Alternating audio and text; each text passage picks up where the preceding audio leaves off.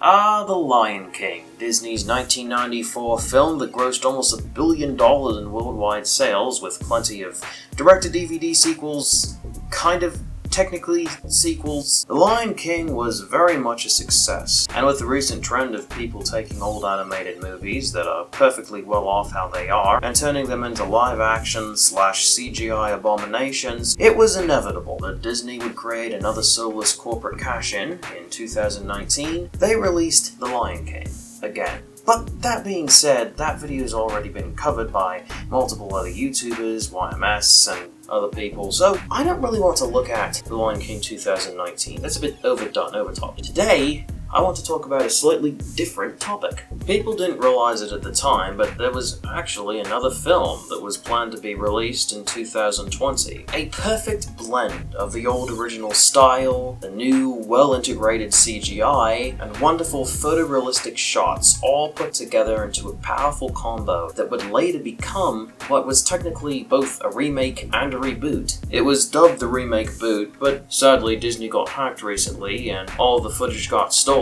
So someone uploaded the majority of it to YouTube, minus the song, so the moderators and copyright holders couldn't track them down. I'll link the original video in the description so you can form your own thoughts about it. But with that being said, let's take a look at The Lion King Remake Boot, as it's called.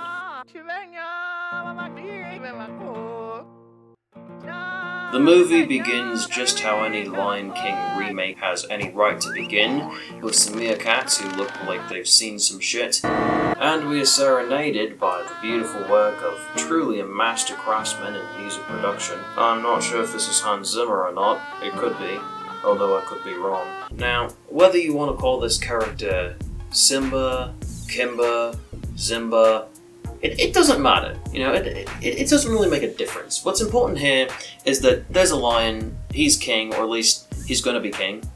He just can't wait to be king. And that's really all that's important. And then we're introduced to the ever wonderful villain, Jafar, voiced by none other than Microsoft David, I think.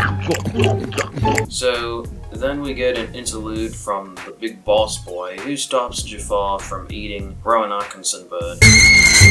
So Simba, being the little bitch that he is, decides that he's gonna wake his dad up early in the morning so he can tell him about deep stuff that will probably be important later, which, you've seen the movie, you know where this goes. So we get a nice shot of character development between Jafar and Simba, which for some reason doesn't include Sneaky Snitch, which I think is a bit unfair. I definitely like my repeating royalty-free music soundtrack to be ever prevalent in the background like a looming phantom of death. I like that in this particular cut of the film, they do make a deliberate reference to Zarabe's hellish neck length. Please. And of course, I always love me a little bit of bird action. So now we get some insightful thoughts on the terrifying hellscape that is the other place. Run for your lives. Of course, I love the music choice here. It's similar to Hans Zimmer's original track, except, hold it. I want you inside me. Take Nala home. I've got to teach my son a lesson. Never disobey your father. Ever. Again.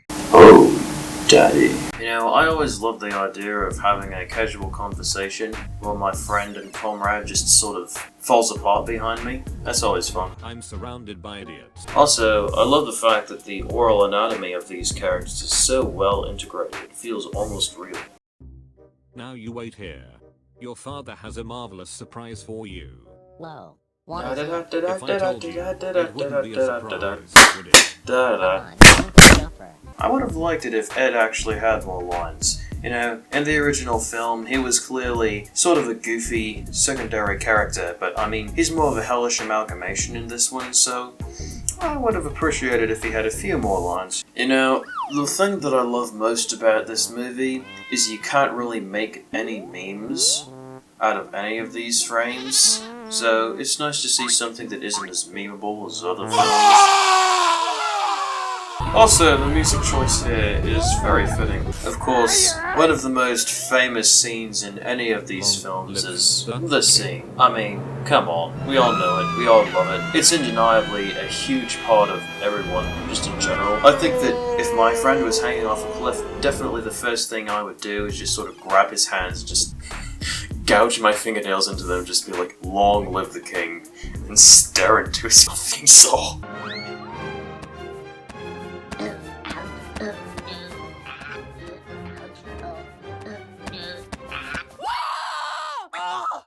Well, I guess he's dead. Yeah, let's go home.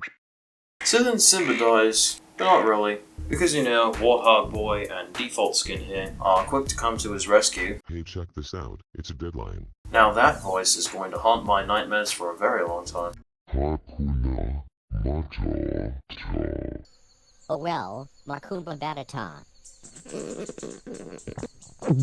I wanna die. Now, I actually really do like the choice that they took of not having any of the original songs. Now, whether they were removed for the sake of preserving the copyright when the person illegally uploaded the media to YouTube, or whether they cut the music out simply for the artistic value of the movie itself so it can be taken far more seriously, is debatable, but I like the choice. I think it gives it a bit more of a transformative air. I think my favourite part of this scene is the fact that Ed is just rubbing his ass raw on the rocks. You wouldn't want me. I've got AIDS. Pool's closed. But we're still hungry. Get the fuck out.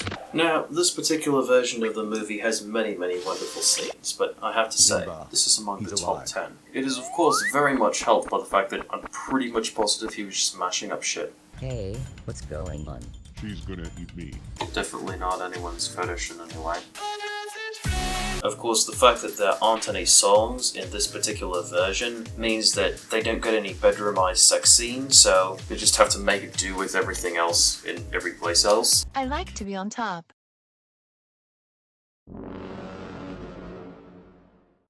What a shithole. Well, here's my 7th entry for top 10 anime characters who finally got laid. Of course, my favourite part of this particular scene is Monkey Man fighting off a bunch of badly made hyenas with a nutsack on a stick. Peak media, right here. Delicious. Gay. Of course, the fact that there's no outro song at all definitely adds just that extra little touch. Just, perfect. So, all in all, what were my thoughts on this absolute masterpiece? Well, first of all, I love how completely photorealistic it is. You get really immersed in this beautiful world. You can tell that there is passion and talent and true, pure, unadulterated creativity and observance that got put into this particular production. I suppose it has its flaws. You know, sometimes the characters are a little too accurate in their motions, and maybe that's a little uncanny, but all in all, I think that it is a really good film. Normally, I would try to find 5 bullet points to go over, but I think I'll just let this film speak for itself. I mean, just gaze upon this beauty. I'll put the links to the video in the place description, and you can subscribe to the creator of this video. Yeah, I guess this was kind of intended to be more of a shitpost, but oh wait a minute, that just it was a being a shitpost when I said that. Maybe I'll even be self-aware on being self-aware. Before you leave, subscribe and do the other YouTube stuff. Maybe I'll see you again. Maybe I won't. I probably won't, but if I do, tell me I said hi to myself. I don't know what the fuck I was going for, but it was something. Alright, whatever. I've been myself, I guess. Bye. Now, I need a proper outro for this. I need an outro fit for What a shithole.